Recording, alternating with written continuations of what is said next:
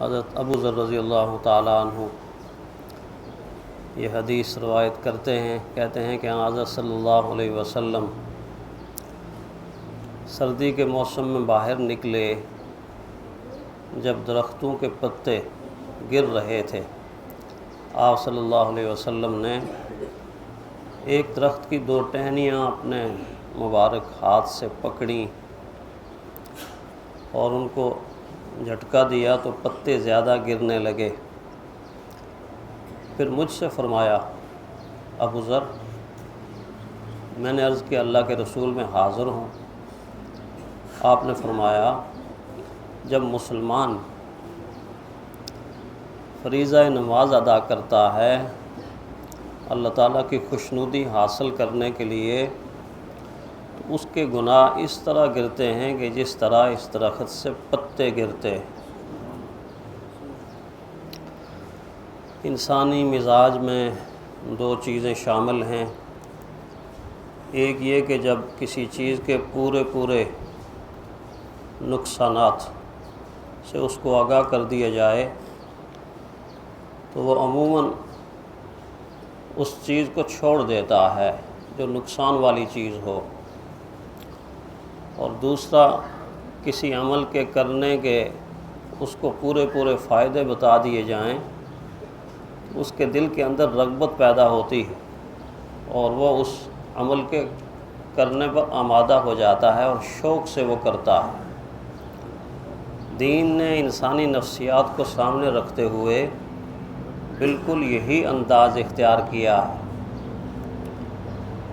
کہ انسان کو کسی عمل کے چھوڑنے کے اگر نقصانات ہیں تو وہ سارے آگاہ کر دیے کہ اگر اس کو چھوڑو گے تو یہ نقصان ہوگا، اور کسی نیک عمل کے کرنے کے اگر فائدے ہیں تو وہ فائدے بھی بتا دیے، اگر یہ کرو گے تو یہ انعامات پاؤ گے، یہ فائدے حاصل ہوں گے۔ بالکل اسی طرح نماز کے عمل کے فائدے بھی بتائے جا رہے ہیں اور نماز چھوڑنے کے نقصانات بھی بتائے جا رہے ہیں۔ قرآن کریم کی آیات میں بھی اور اللہ کے نبی کے فرمان میں بھی آپ دیکھیے، سورہ مدثر میں جنت میں رہنے والے لوگوں کا ایک مکالمہ ہوگا دوزخ والوں سے، اور جنتی لوگ دوزخ والوں سے ایک سوال کریں گے، ما سلککم فی سقر، کس چیز نے تمہیں اس دوزخ کی آگ تک پہنچا دیا، اس دوزخ کے گڑھے میں پھینک دیا؟ تو وہاں پر اہل دوزخ اپنے گناہوں کی ایک تفصیل بیان کریں گے، اور سب سے پہلا گناہ جو اہل دوزخ اپنی زبانوں سے اس کا اظہار کریں گے وہ قرآن حکیم نے نقل فرمایا لم نکو من المصلین، لم نکو من المصلین۔ اے جنت والو، تم کیا پوچھتے ہو، تمہیں کیا بتائیں کہ ہمیں کون سی چیز دوزخ میں لائی؟ ہم نماز نہیں پڑھتے تھے۔ لم نکو من المصلین، پہلا گناہ یہ بتایا، ہم نماز نہیں پڑھتے تھے۔ تو کتنا بڑا نقصان ہے۔ علماء نے احادیث کو اور قرآن حکیم کی ایسی آیات کو 20 آیات اور 20 احادیث کو سامنے رکھتے ہوئے آسانی کے ساتھ امت کے سامنے ان نقصانات کو بیان فرمایا کہ جو نماز کے چھوڑنے پر پیش آنے والے، ان میں سے ایک نقصان یہ بتایا جا رہا ہے کہ نماز چھوڑنے والے انسان کی عمر سے برکت ختم ہو جاتی ہے، عمر سے برکت ختم ہو جاتی ہے۔ اگرچہ لمبی عمر بھی ہو لیکن اس کو لگے گا ایسے ہی بس آ گیا اور یوں ہی میں چلا گیا، تو اس کی عمر میں برکت ختم ہو جاتی ہے جو نماز چھوڑتا ہے۔ اور پھر فرمایا کہ نیک لوگوں کی علامات میں سے ایک علامت یہ ہے کہ ان کے چہروں کے اوپر نیکی کا نور جگمگاتا رہتا ہے، نیکی کا نور جگمگاتا رہتا ہے۔ فرمایا نماز کے ترک کرنے والے انسان کے چہرے سے نیکی کا نور ہٹا دیا جاتا ہے، نیکی کا نور ہٹا دیا جاتا ہے۔ پھر فرمایا اس کی دعا کے اندر قبولیت کا اثر بھی نہیں رہتا، اور اگر نیک لوگ اس کے لیے دعا کریں تو نیک لوگوں کی دعا بھی اس کے حق میں اس طرح قبول نہیں ہوتی کہ جس طرح قبول ہونی چاہیے۔ کتنا بڑا نقصان ہے، کتنا بڑا نقصان ہے۔ فرمایا کہ آخری وقت کے اندر انتہائی سختی کے ساتھ اس کو بھوک کی شدت اور پیاس کی شدت ستائے گی جو نماز کو چھوڑتا ہے۔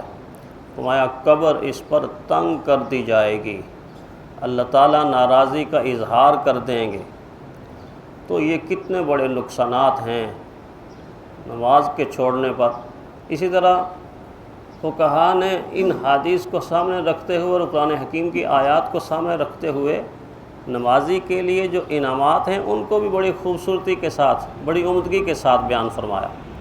حضرت حسن بصری رحمہ اللہ فرماتے ہیں کہ جب نمازی نماز کے لیے کھڑا ہوتا ہے تو اس کے سر سے آسمان تک رحمت اور نور کی ایک گھٹا چھا جاتی ہے، رحمت اور نور کی ایک گھٹا چھا جاتی ہے۔ فرشتے چاروں طرف سے اسے گھیر لیتے ہیں اور ایک فرشتہ آواز سے کہتا ہے، اے نمازی، اگر تو دیکھ لے کہ تیرے سامنے کون ہے اور کس سے تو باتیں کر رہا ہے تو قیامت تو آ سکتی ہے، یعنی تیری زندگی کا خاتمہ تو ہو سکتا ہے لیکن تو سجدے سے سر نہیں اٹھا سکتا۔ کون سامنے کھڑا ہے؟ ان تعبد اللہ کانک تراہ، اللہ کے نبی نے فرمایا تو بندگی ایسے کر جیسے تو اللہ کو دیکھ رہا ہے۔ فَإِن لَّمْ تَكُن تَرَاهُ فَإِنَّهُ يَرَاكَ، اگر یقین کچھ کمزور ہے تو پھر اتنا تو دھیان کر کہ خدا تجھے دیکھ رہا ہے۔ اس کی تفصیل بیان فرما رہے ہیں حضرت بصری رحمہ اللہ۔ حضرت علی فرماتے ہیں کہ نماز حق تعالیٰ کی رضامندی کا سب سے بڑا ذریعہ ہے اور فرشتوں کی محبت کا سب سے بڑا وسیلہ ہے۔ پھر فرمایا کہ نماز معرفت الہی کی مشعل ہے، دین کی جڑ ہے اور بنیاد ہے، اور اس کے بغیر کوئی نیکی بھی اللہ جل شانہ کے ہاں قبولیت کا درجہ حاصل نہیں کر سکتی۔